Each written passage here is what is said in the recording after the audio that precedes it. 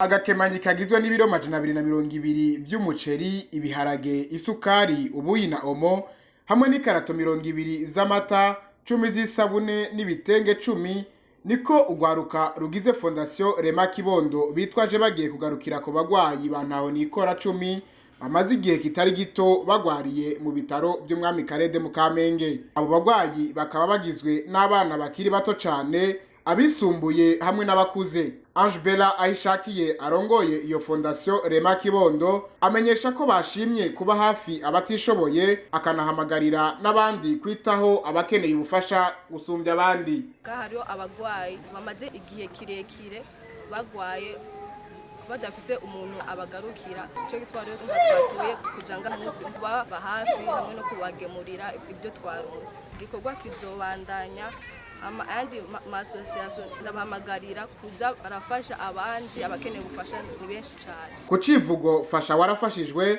Ange Bella ahamagarira uwo wese gufasha kuko aho umuntu ageze aba yafashijwe n'abandi, na cane abadashobora kubironka. Ahantu tugeze narafashijwe, nashaka rero hamwe nanje ibyo mfise mfise shobore kumva kudusangira hamwe n'abandi batabironka. Abo barwayi baronkejwe ako gafashanyo bakengurukiye ubwo rwaruka rwabiyumviriye ko muri abo hakaba hari uwaronkejwe n'imiti kuko ariyo akeneye cyane.